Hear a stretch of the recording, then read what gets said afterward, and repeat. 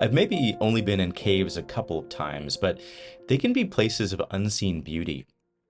These seemingly barren spaces become nature's secret workshops, places where fossils are preserved across eons, where gorgeous crystals grow in hidden chambers, and where stunning stalactites and stalagmites form drop by drop over millennia.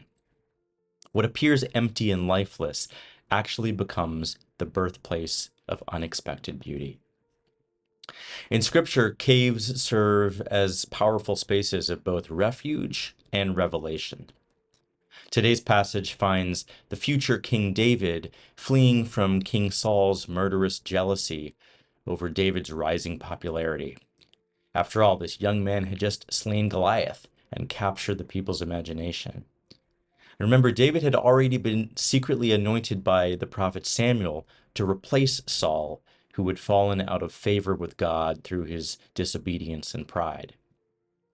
Now, the cave of Adullam becomes David's sanctuary, offering literal safety from Saul's pursuit. But something deeper happens in this cave. The physical refuge mirrors an interior stripping away.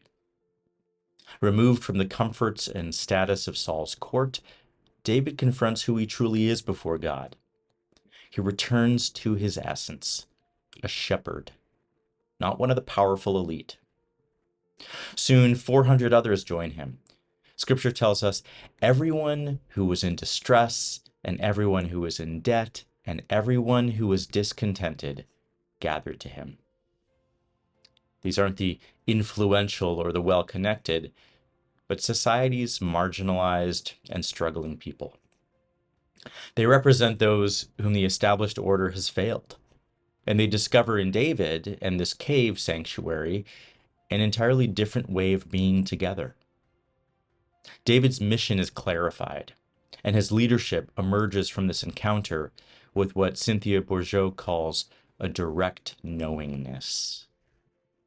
David begins to act from his own God-given authority rather than relying on external systems or approval. The cave becomes the liminal space between what was and what will be. Yet caves don't always offer the comfort of refuge. For St. Ignatius, the cave at Manresa became a place of difficult transformation rather than safety.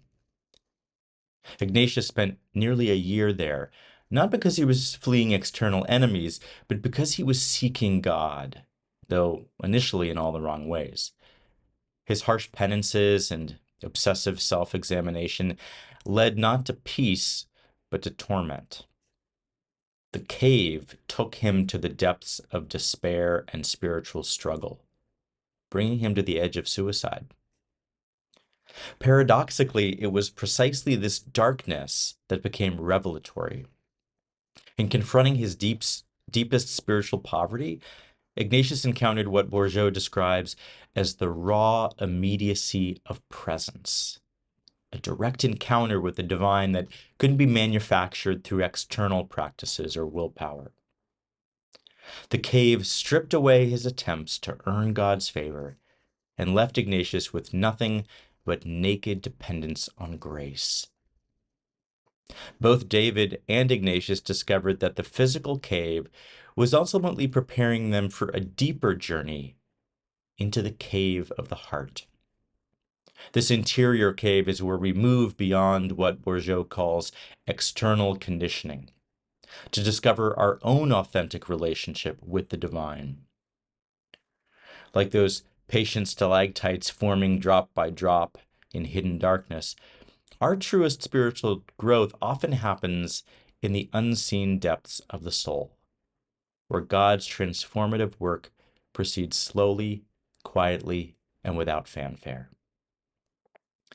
But these caves are always temporary, yet necessary. Spiritual transformation requires time, but cannot remain hidden forever. David doesn't establish a permanent kingdom in the cave of Adullam. It becomes the launching point for his eventual reign. Ignatius doesn't remain at Manresa.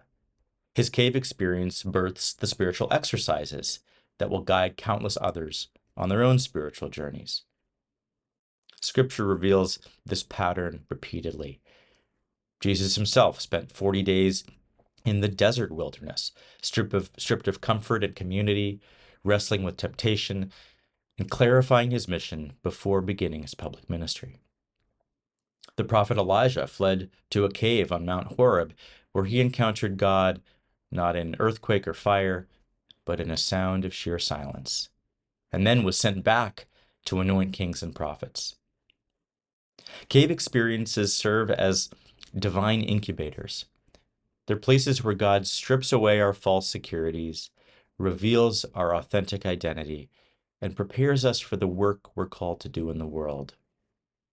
But they're never meant to be permanent retreats from life. Like a chrysalis that must eventually crack open to release the butterfly, the cave of the heart prepares us for emergence, not escape. The beauty lies in trusting this process, allowing ourselves to be emptied so we can be filled, to be hidden so we can later be revealed, to descend into darkness so we can emerge bearing light for others. The cave teaches us that sometimes we must lose everything we think we are to discover who God calls us to be.